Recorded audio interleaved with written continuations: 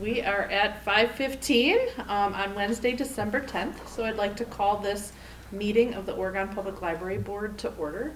May I have a roll call, please, Laura? Sure. Stata. Here. Nelson. Here. Reese. Here. Goblin. Here. Bergstrom. Here. And Bonsonfield. Yes. Thank you. Thank you, Laura. Is there a motion to adopt or amend the agenda? I make a motion to adopt the agenda. Thank you, Coral. Is there I a will s- second. Thank you. All in favor? Aye. Opposed? All right, we have an agenda, thank you. And now we are to the part of our meeting that allows for community input. Is there anyone here this evening? Yes. Yes, thank you. Hi, I'm Nancy Johnson. I lived in Oregon for over 30 years, and I'm a retired school teacher from here. Prairie View. I know some people here, so. Basically, the reason for me here is, for my being here, is I'm representing a group of senior citizens that like to play cards. And we are a group of 12 to 16 people, women, one man sometimes, but we play a game called Hand and Foot. It's a lot of fun. We played for like 2 to 2.5 hours, and we were reserving a room here once a week between the hours of like 12:45 and 3 o'clock. Okay, and all of a sudden I got a phone call from the director saying, you cannot reserve a room anymore because there's a policy saying that you can only have a room 4 times in a 4-month period. And I was like, I didn't know anything about it. And quite frankly, I'm wondering why that policy was even put in place until those rooms are in high demand. And if you look at the website, which I did, the room 180 has one 30-minute reservation the entire week. And next week, it's reserved for 2.5 hours the entire week. So that those rooms are sitting vacant. And room 255 has a reservation this week for 2.5 hours on Friday, and that's the only time it's reserved. So anyway, we are, we're pretty harmless. We don't make a mess, and we clean up after ourselves, and I'm really disappointed because I know all of us donated to this building and to this cause for getting the library in place. And in fact, I just had a friend call me from California who lives in Oregon. He's just gone for the winter, and he was a very big donor, and I told him about this meeting tonight because I was on my way, and he said, Nancy, I'm going to write a letter, because why have a policy until you need a policy,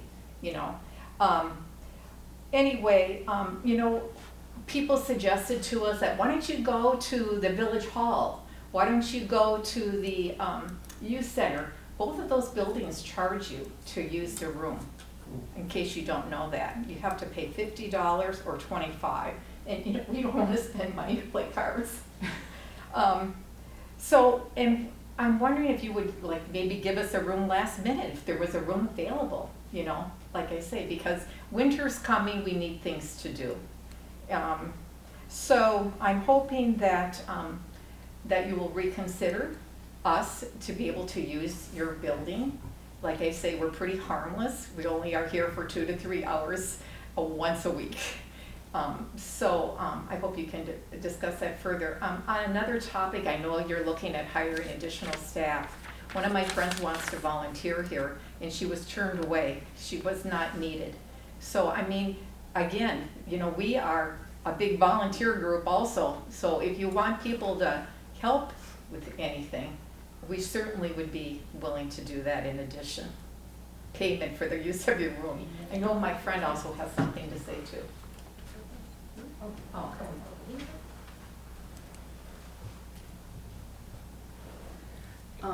My name is Sheila Monroe, and I've been living here for over 30 years too. I love the library, it's great. I play hand and foot too, and I also reserve on Saturday morning a lot. A lot of times I just get the study room, and we play cards. We play euchre on Saturday. I love cards. And the library is kind of a community gathering place, and so it's important for us to be there. We have a lot of seniors you know, there's a couple ladies that play euchre Saturday morning, and weekends is the only time they have any contact with the other people.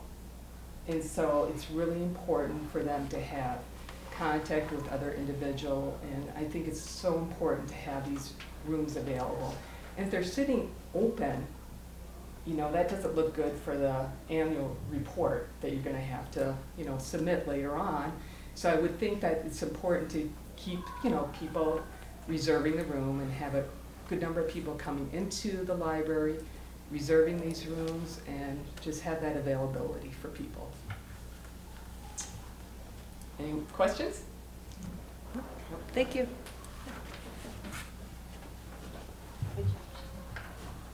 Hi, my name is Pat Hockey, and I want to talk about the same situation, but my question is, the library sponsors things. Is there not a way that this library could sponsor a room just so people could come and play cards?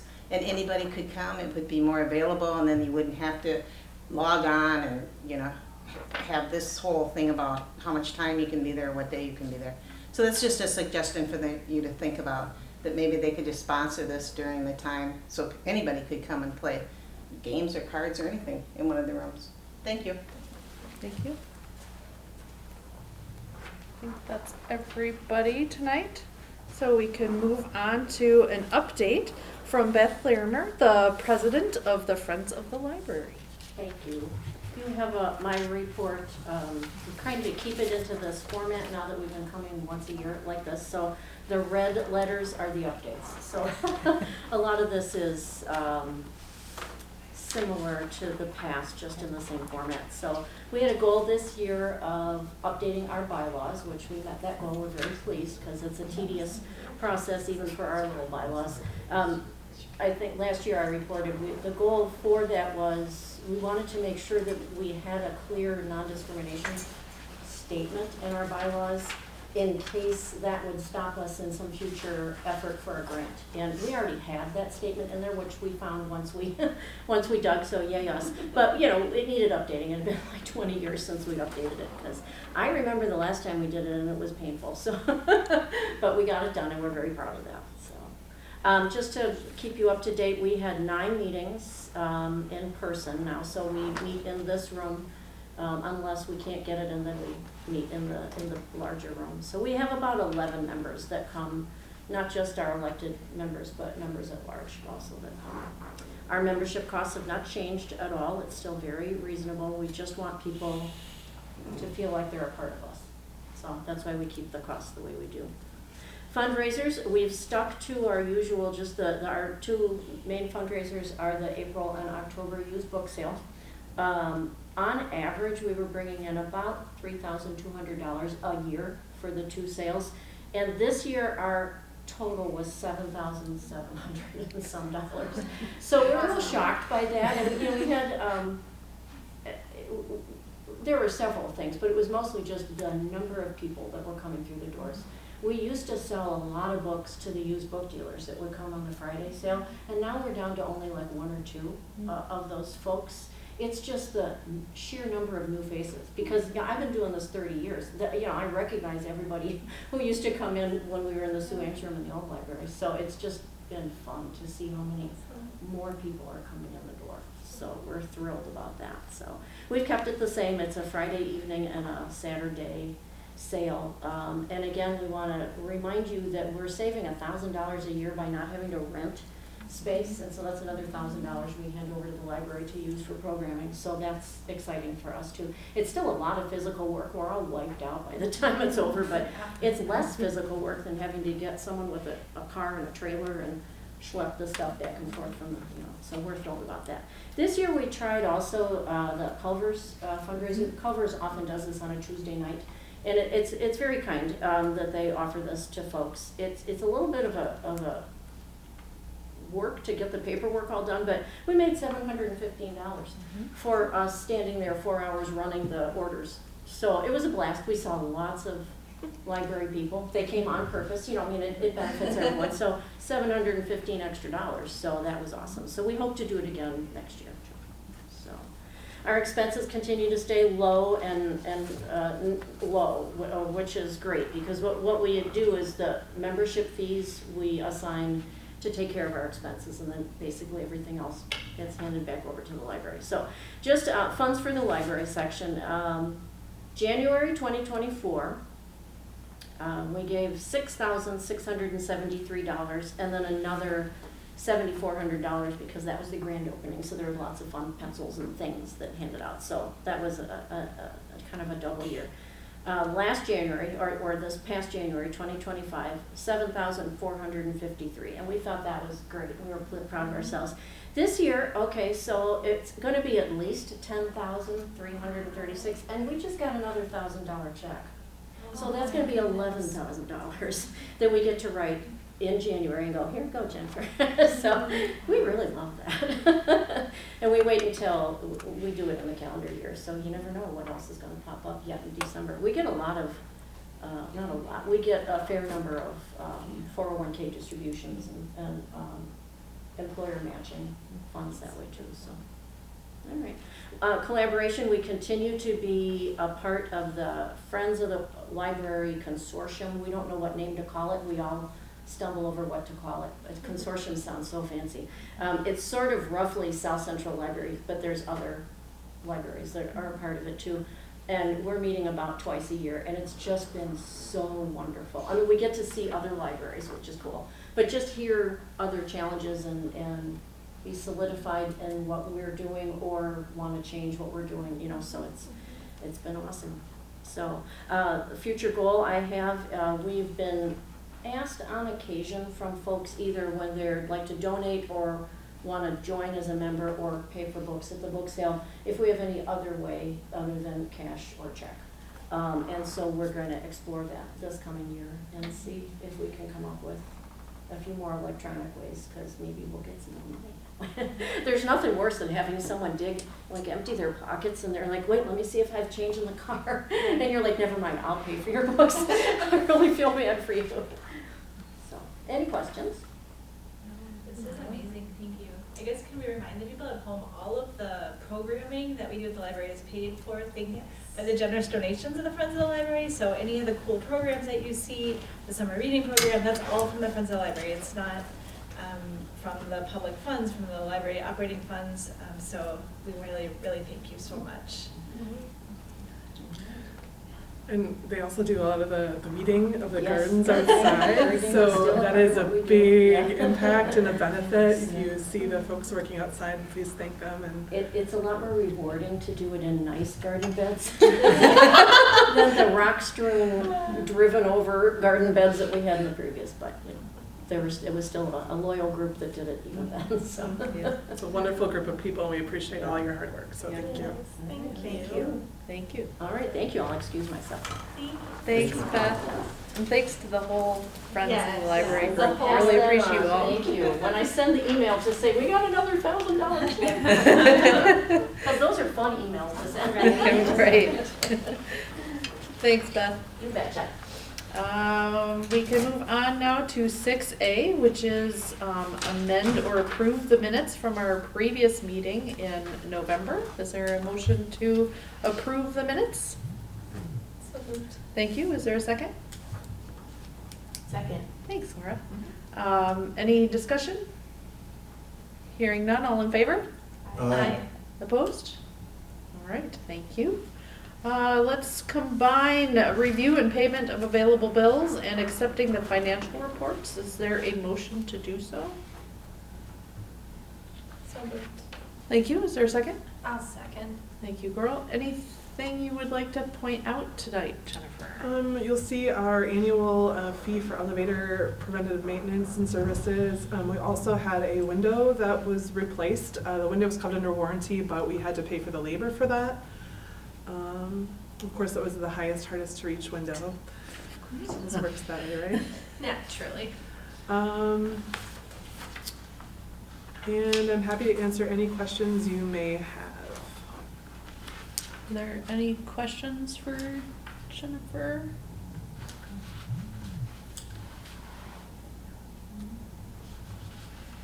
Hearing none, all in favor? Aye. Opposed? All right, thanks everyone. Moving on to information items, library director's report.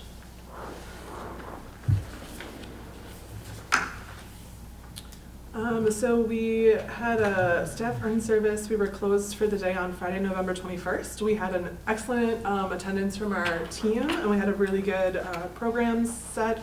We did some safety training and incorporated the same safety program that the school district uses, so there's a shared vocabulary for our visitors with what they're used to seeing in the schools. And then we did a Real Colors workshop to kind of foster some team building and communication and just help us grow as a team. So it was a fun and productive day. Our village employee appreciation luncheon for village staff will be on Tuesday. So the library will be closed for an hour and a half. Some years we have folks that do not wish to attend, so we stay open, but this year we are closed because of all the folks that would normally be working do wish to attend, so that's great. We have 3 employees that will be recognized for reaching special milestones. So we have Sarah Werner for 5 years, Mark Gannon for 5 years, and Peg Watson for 5 years, and they're all the folks that were hired in 2020 during the pandemic, so they picked a very difficult time to start working at the library. A couple other staffing highlights. One of our team members, Murillo, his last day is on Friday. He is moving to be closer to family, so we will miss him. But on the positive side, Carol, who was one of our page limited term employees over the summer, has accepted that position, so she'll be joining us, which is exciting. Unfortunately, that means we will again be without a substitute, but it does make a big difference, and we're thrilled to have Carol back. And as you know, Lori will be moving from that limited term position, and now her position will be a regular position starting in December. So we're excited to have that position year round as well. And again, very thankful to the donor who made that position possible for the entire year of 2025. Also want to celebrate that we've received our final capital campaign pledge payments. So the capital campaign is all complete, which is wonderful. So we were able to collect all of our pledges except for $100. So that's excellent, excellent news. We were also, just in case you didn't see, we were closed on the 29th due to the weather. We just really appreciate both our snow removal service, RIG, and the Public Works Department, who did an excellent job both that day and in all the snowfalls that have come since then, taking care of our parking lot and sidewalks for our visitors. Our floor scrubber has also arrived, and so we just started using that, and the floors look amazing, so we're thrilled to have that.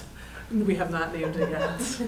There's still time. We haven't gotten the official cleaning solution, so maybe we'll name it after we do that. So. And then, of course, the village did adopt their budget at the November meeting, and so that, go ahead. You didn't mention anything about the software migration? Yes.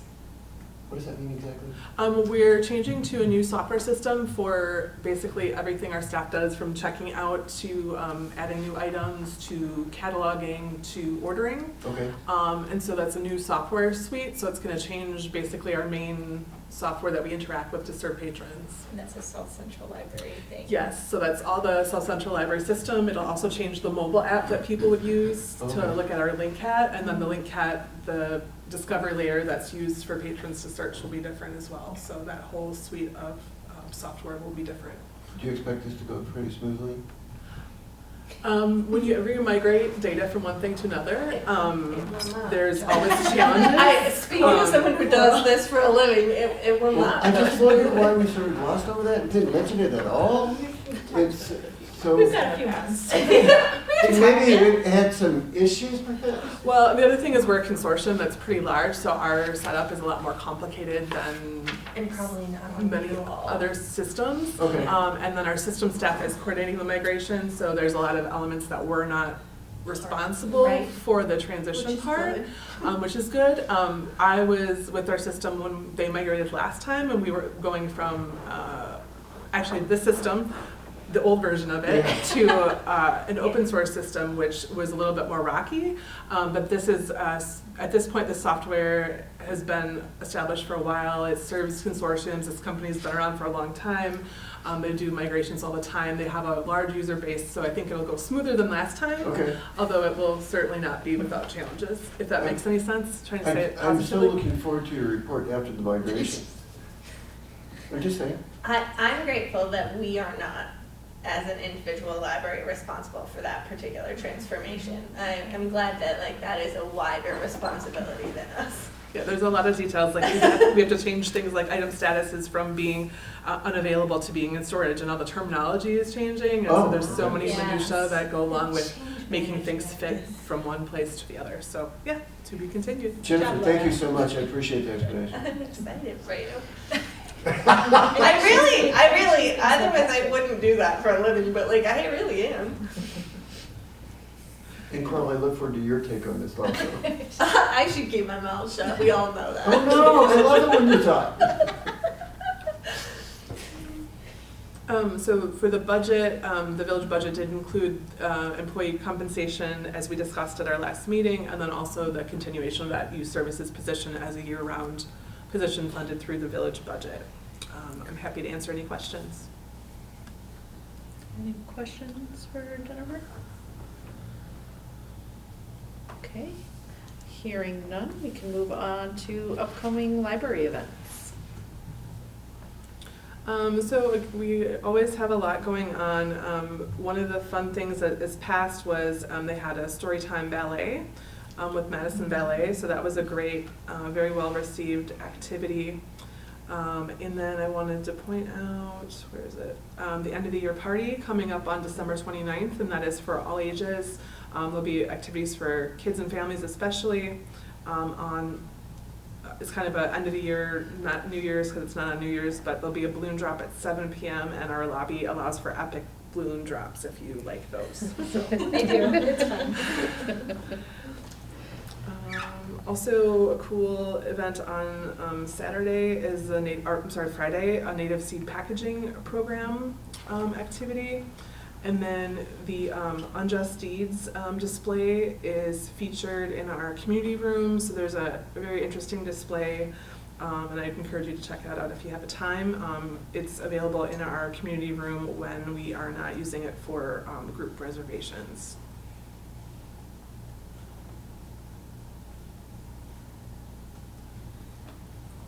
Thank you. Moving on to monthly statistics. So this month was a little bit less busy than the prior year, in part because we had 5 fewer open days with weather and just how weeks fell and things. So I just want to point that out. But it was still very busy. Also, there was a presidential election last year, so that also figured into the statistics. But still very, very good numbers despite those changes. Again, study room reservations continuing to go up over last year, even though we were open fewer days. Meeting room reservations and checkouts here. You do see that the checkouts in this case were a little lower than they were the previous year, which is kind of an anomaly for recent months. We are around 80% still for the year. You can kind of see the pattern of self-checkouts, which is super helpful for staff to be able to help patrons with more complex issues. I'm happy to answer any questions you have. Those are kind of the highlights. Thanks, Jennifer. Any questions? Just love that the number of volunteer hours keep going up year over year as well. It's pretty fantastic, the community coming in to help as well. Moving on to committee reports. The Personnel Committee. We have work to do later today, so I think that's probably sufficient. Okay. Village board announcements already covered that the budget was approved at their last meeting. Any school district announcements, Leslie? Other than they're in the midst of the new superintendent search, and we should know that definitely within the next few weeks. So that's exciting. Great, thank you. Congratulations on your retirement. Thank you. Okay, moving on to projector options for creative space. So we've had a number of power outages this year, and unfortunately our projector in the creative space has a port on it that can no longer be used, which means we can't use the controls on the wall to use it, which is ideal since it's a public a space that's used by kids and people of all ages. It's ideal to be able to use that, not to have a remote that could easily get lost. So there's a couple of options that we have to get that fully functional. We could send it to the service center. They have an evaluation charge and could potentially repair it, and are guesstimating that it would be up to $500 to cover repairs. Our vendor did not recommend we repair it because it's a discontinued product, but did get us the pricing if we wish to pursue that. We could also replace the projector with the same model, and they provided the quote and proposal for that, or we could do it with a new model. That could be a little, we're not sure how a new model would interface with our existing setup. There could be a little additional time with custom programming if it exceeded what was in the proposal, but we don't know. So anyway, I just wanted to put that here. Certainly different options that we could move forward with, and we just want to make sure we're being thoughtful about it. We Question? liked the setup and everything. The new model, Yes. currently in production, it's available and it has replacement parts as needed, correct? When you say new model, you mean new, like a different, If you buy the newest version. the newest version of it? Yes. Okay. So I'm asking, it's more functional in terms of being more repairable if something were to happen and so forth? Potentially. I mean, the challenge is it seems like the equipment is discontinued or no longer current very quickly. I was gonna say. So this particular model was installed 2 years ago and it's been discontinued. So we could buy this new model and it could be discontinued a week from now. Really? I mean, but we don't know. I mean, the hope is whatever we get, we wouldn't have the same issues that we had this particular time. We've had issues with a number of network ports on different devices. So I don't think it was, a problem with this specific projector. I think it was just kind of a different issue that we were experiencing.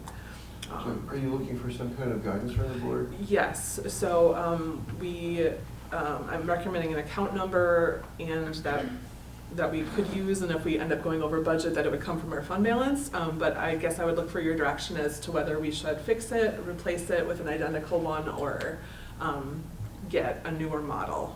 Can I ask a couple questions? Absolutely. So was this projector then brand new when we moved into the building? Correct. So this is less, Yes, it's 2 years old. It was about 2 years old. okay. So it's, like you said, like you kind of referenced, they're cycling pretty fast. This is maybe a dumb question, but is the complication here that potentially the software interfaces might be more complicated with the newer one? Is that what we're suggesting? Like when you say that, So right now they're hardwired into like the wall, like you, like the here. okay, just, that's fair. I was worried that there would be, that there was like some sort of updated software that we would then have to also interface with, but if that makes a lot of Yeah. sense. I was there's some clause in the proposal, I think, that says like if it requires extraordinary programming or something, that's not covered. And so I'm just trying to point out that it's a different software and it could be potential that there might be different programming that's needed Like beyond what the sometimes when you proposal type in covers. here, like it'll be like a Oh, yeah. touchpad Those talking are- to the like that's usually where the struggle is. Yeah, sorry. No, that's perfectly fair. And I should mention, we had 2 different switches that had problems with network ports, so it's not just this equipment, this is a totally different side of the building. So we don't believe the issue here is related to the projector itself, that it would be, if we were to repeat the same projector, we don't think it was either a people using it issue or a projector issue. We think it was related to whatever issue caused the issue with the other network switches potentially. Okay. That's helpful. I guess because if I'm looking at this, right, John, and I'm looking at it, that's double the price for a brand new one. Right. And if what we could do is we would put it in and then we would have it for 5 years. That would be really nice. Amazing. But if this one, from what you are saying, we do not believe that the projector itself was the problem, then we still could potentially get the same model and get a decent amount of mileage out of it. One worry with getting the same model is if it's discontinued now, It's still gonna have the same it's problem. gonna have, and something does go wrong with it, you still can't replace it, then you're buying another. Yet another I one. hear you too. And it's like, then it's, why didn't you just go ahead and New version. get the new version in the first Completely place? fair. You know, let's spend good money, not chase bad money. And maybe if we get the more expensive one, if we do have to repair it, then we're back to that $500 fix, since they would have parts Yeah, that's potentially absolutely to fix fair instead too. of buying, I don't know. I mean, I lean towards like get the newer version. Yeah. Go with that. I think my concern here would be that if 2 years is like a fact, that's like an iPhone cycle right there. Like that's not a lot to work with. And double the price is pretty significant. And no, it's not quite double the price, but. But here it says you can use that one as a backup, is that like you would just use it as a standalone projector on like a So, card or something yeah. if something did happen while you So- sent it out? So for example, we were having one of our projectors was not working, we were having an author visit, we were using AV in multiple rooms. And so then if you're relying on just the room-based software and something's not working, then you're out of luck if you're waiting for a service call. And so this would allow us to have a spare to move around. We do have a spare from the old library, but we would potentially consider moving that one to be one that we could circulate for the public as well, because that one was less expensive and this had more mileage. Are we entertaining a motion at this point? Carl, do you want to make that motion since you sort of know this thing better than anybody? I don't. I just ask a lot of these questions all the time. But those are really good questions you're asking. I guess I would recommend that we replace the projector with the new model. I'll second that motion. Okay. Any further discussion, questions? Just out of curiosity, I do have a question. Do we know how frequently the projector is used in the creative space? Abby uses it multiple times a week for the teen programming, so it is used regularly. Okay. I don't have a count of exactly how many times, but I know the 1 week she had used it Yep. multiple times that same week. We use it, she has a gaming program, they use it for some of the crafting programs on a regular basis, so. Okay. So we're replacing a high volume Yep. need too. So that Yep. also makes it more comfortable. Thank you. Any other questions? Okay, all in favor of replacing the projector with the new model, say aye. Aye. Opposed? All right, thanks, everyone. Thank you, Jennifer, for always Giving us giving options. us so much information. Just enough to make us dangerous, really. Moving on to designation of donation funds to continue the large print standing order plans in 2026.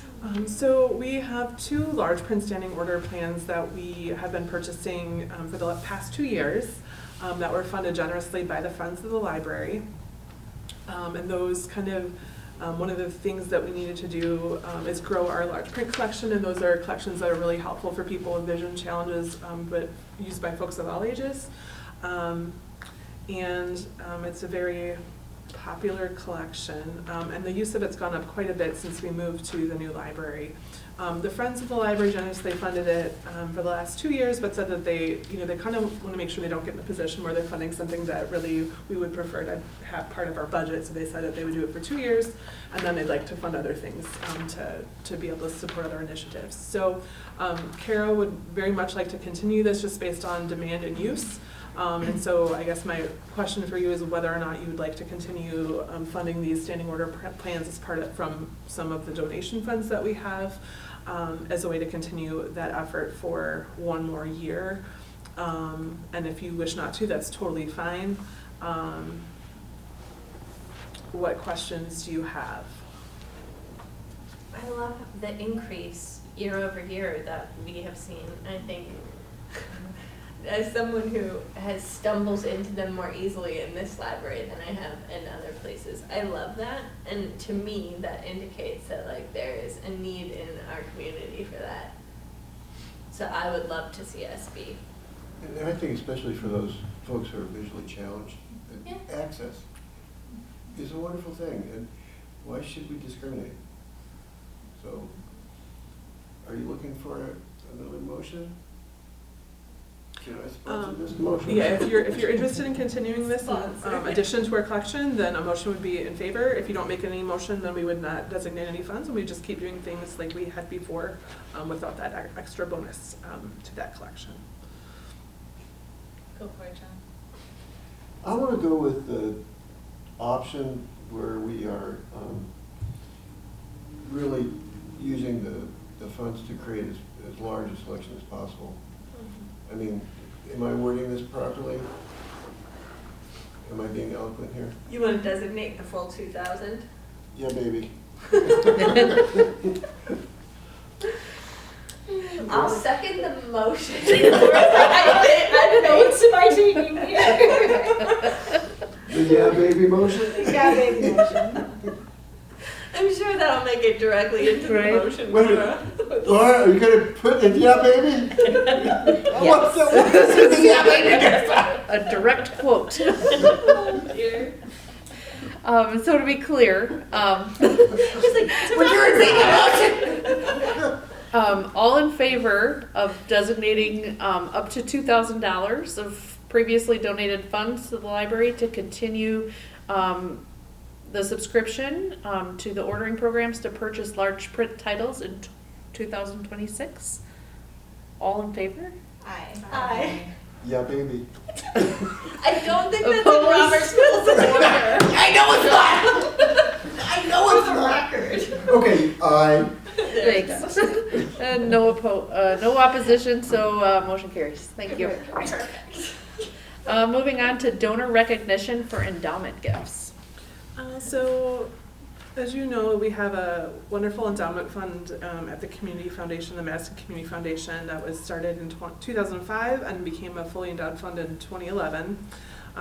They have lots of different kinds of funds that they manage, but there's lots of benefits to the library. Basically, the endowment fund grows, they help manage it in a way that it continues to grow to the extent that they can make it grow, and then part of the growth is reinvested to grow the fund itself, and then part of the growth is able to be something that we can request on an annual basis. And so it has the potential to, as it grows, to provide more and more annual support to the library. So a gift now could pay benefits to the library for years to come. We were approached by a generous family who was thinking about making an endowment fund gift or contributing to the library, and they just asked about recognition. And now that our capital campaign is officially done, we have the opportunity to kind of focus more on other ways to support the library. Obviously, we have Friends of the Library, which is a great way for people to support the library, and some people choose to make gifts directly to the library itself, so we're not trying to our intent is not at all to hurt those efforts, but to kind of complement that. And this is just a way that folks can kind of make a gift that makes a difference in the long term. I tried to see if there's any recognition setup that was established when our endowment fund was developed, and there's not. I think there was originally some promotion that was done when it was started, but not on an ongoing basis. And so what we kind of discussed, we started talking about donor recognition last year for gifts, and kind of talked about doing something on the digital signs at the desks. So we plan to do that in 2025 to honor our in 2026 to honor our 2025 gifts. And then Laura and I talked about doing some sort of visible signage at the library, like throughout the space that we can change out every year to keep it fresh without adding lots of extra staff time. But just wanted to open a conversation to see if there's any additional recognition that you wish to see. We know how important that is to folks, and want to make sure that it's thoughtful with however we move forward with it. So you can see what we kind of said we would do for gifts for 2025 donors. And then just wanted to, I put some questions here to think about before you make the decision, or if you want to provide any guidance for something that we can come back to. But we just want to make sure that whatever we do is, equitable, sustainable, that we're clear on expectations, so that when people make choices that are inspired by, whatever we establish, that we can make sure that we can promise it and that we have everybody's expectations met about what will happen. I'm happy to answer any questions, but really this is kind of trying to figure out what you would like to do and what information you'd like to see in the future to have a meaningful conversation should you wish to pursue anything else beyond what we kind of already talked about.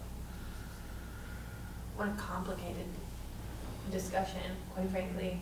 I mean, I think we've already seen in the past year that recognition of gifts in general it's hard to do in such a way that everyone feels seen.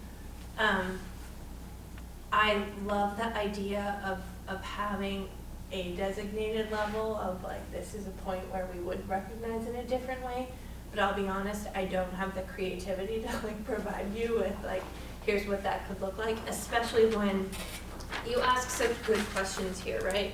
Like we could say, oh great, we can, chisel names into the front sidewalk, right? And then when the whole building is covered, where are we? And I recognize that like that's like a long-term problem, probably for a different board entirely at some point. But I think if there is a way that we can kind of choose a large donation and then recognize it in some way, maybe that would inspire some of the particular donations that are the most meaningful. And then in that case, my thought process would be, so for example, the endowment fund, those have such a long tail of impact, and maybe thinking about what are the long tail of impact gifts that we want to acknowledge in a larger way. Please push back on me if I have. Again, I know this is complicated, and I know that I want to make sure that people feel as respected as possible, and also we have to work within the limits and not overwhelm the staff. I guess the other question is, are you looking at $10,000 over a person's lifetime that they donate? I've given $100 every month for, or is it a $10,000 one-time gift, if that's the number that you're looking at, right? And then who keeps track of that? Because that adds staff time of like, hey, this person's $200 away from putting their name on the board. Do we tell them, like, the donations and signage is one of the hardest things to try to do, because it's so personal, right? How I want to see something is not how somebody else feels that they should be recognized. So if we do decide, which I think it's a wonderful thing to do, because it is a very visible and we're a very public and a very publicly supported organization, I think it's important to provide that recognition. I just think we're going to have to do it in a very thoughtful way with very clear guidelines that everyone can access, right? Because then you don't necessarily get into, well, I gave you $1,000, why is my name not on that board, right? And we don't want to affect the building donations. So if we do make something, and there's plenty of ways to make donor signs that are switch outable, right? Like there's plenty of options. We have lots of them at our hospital that we use. We have them all over the place. You literally can print on a piece of really nice plastic, and for $200 you swap it out every year or something, right? Like, so there's affordable ways to do it, but it's the making sure that we set what those rules are, and thinking really long term, I think, is something we're going to need to do. So I'm all for it. I think it's a great way to encourage volunteering. It's a great way to encourage that donation. But we are, I think, really going to have to be very specific in how we do it. Just to add on to Jenny's point too, is it's easy to track moving forward, but there's lots of people that were generous before I started. We may not necessarily have them keeping records in a certain way or necessarily have easy access to those, especially, somebody gave before we had internet computers, so just thinking about that, because those gifts were no less important because they were made prior to this conversation. So just add one more thing to the mix. But doesn't Madison Community Foundation keep track of that if the endowment's there? And it has been since 2003, right? Yeah, so that's the other complex thing is, so for the endowment, we can get records for gifts directly to the endowment. And so we have very clear records for those. And so that's one kind of charitable giving mechanism. So we could do something for just the endowment gifts to kind of encourage that kind of contribution. Where it gets a little bit messier is if somebody, donates 10,000 and they choose to give it in a certain way, like an estate gift or a donation to the library or the Friends, and then somebody else gives, 10,000 to the endowment, and if they do it in that way and didn't necessarily understand, it'd be like, well, why did that person give $10,000 and they got this and I got that? So that's where kind of those pieces come together. A little bit messier, So but. estate gifts can't be funneled through the foundation? So they can be, if people know about them at the time they make their estate plan. I see. It And can't so if post, somebody, it cannot be. like, so Okay. say somebody, as a library board, you all could choose to transfer a gift to the foundation, if you wanted to. But like, say somebody put in their estate plan, they want to bequeath money to the Oregon Public Library, that would go to us. The gifts to the endowment fund go through Madison Community Foundation, so they're the 501c3. They do tax receipts for the gifts, donor recognition, or donor receipt that way. You gave $1,000 to the Friends in the last 10 years. Where does that get tracked? And Again, we would have to, like, to your point, we would have to have such clear guidelines. So my question here is, it feels like we are in agreement that this is valuable. One of the things I've been thinking about a lot as we head into 2026 is the fact that Jennifer's time is also very valuable and limited, and I want to make sure that as a board we're thoughtful about what we are giving to her as a priority, right? Again, I know that's not as simple as a motion here, but if we were to say this is important to us, what kind of time commitment are we asking of Jennifer versus all of the other priorities that she has on her plate? Is that a fair thought? Yes. Okay. I don't have an answer, guys, sorry. can I ask the person who was thinking of the endowment, was part of their question how they would be recognized? Yes, yeah. So it's a sooner than later discussion, probably. Well, I did respond with the first two items, and I said that we would have a conversation and then I would report back. So we didn't promise anything beyond the two items that I mentioned. Okay. Jennifer, with your group of library director colleagues, are there any exemplars from other libraries that we could be examining? So normally they're very generous sharing knowledge. I posed a question as to how they handled this and I got 0 responses. And then I reached out to the Madison Community Foundation since they have a separate foundation, and the only way that I shouldn't say the only way, the prime way that they recognize donors is through their annual report, which is like a 50-page document that lists every donor they get to their foundation. And so that they don't do any signage in addition to that. It's just that newsletter which goes to all the other donors. But none of the libraries had any information to share with you. Does They that mean they didn't have not reply. tackled that yet? I don't know. Potentially, okay. Possibly. I heard it was so contentious, they're like, no, we won't share it. It hasn't gone well. I think a lot of times I've seen people do things piecemeal, whereas each time they handle a request And we'd separately. prefer not to do that. And that gives you flexibility, but then it's also, challenging for other reasons. So. Exactly. Jenny, can I ask a question? Like, in your experience, is there, in other sectors, is there kind of a standard for these kinds of things or not? So so you look at how the foundation at Meritor handles things, right? We have a project that is specifically donated, there's some signs, but even then, if the donor throws a little bit of a, hey, I did this, then all of a sudden the sign gets bigger. Or it's in a more prominent location, right? We do have, a donor sign that is in the hospital that is for annual gifts and those type of things, and those are updated annually. And to me, this is more that. Mhm. So I think that it might be worth looking at, you know, how do you do an annual donation? You know, we pick we don't have a ton of walls here, but you know, maybe it's something that's in our main conference room or in our community room, and this is where, you know, we have a set of, you know, you kind of pick some brackets of how much it's gonna be, and then that's where you update. And you tell everybody it's gonna be updated every 2 years, it's gonna be updated annually. To me, I think that's more a centralized location type of update, and that's kind of what we do it's kind of the main entry, right, when you walk in. Most hospitals have one. I would not recommend putting, etching things in wood on a really expensive wall. I've seen that in other hospitals, let's not do that. But things that are easily kind of updated, there's a lot of sign companies that can make some really nice things that are done that way. That would be my kind of thought for something like this. Thank you for sharing.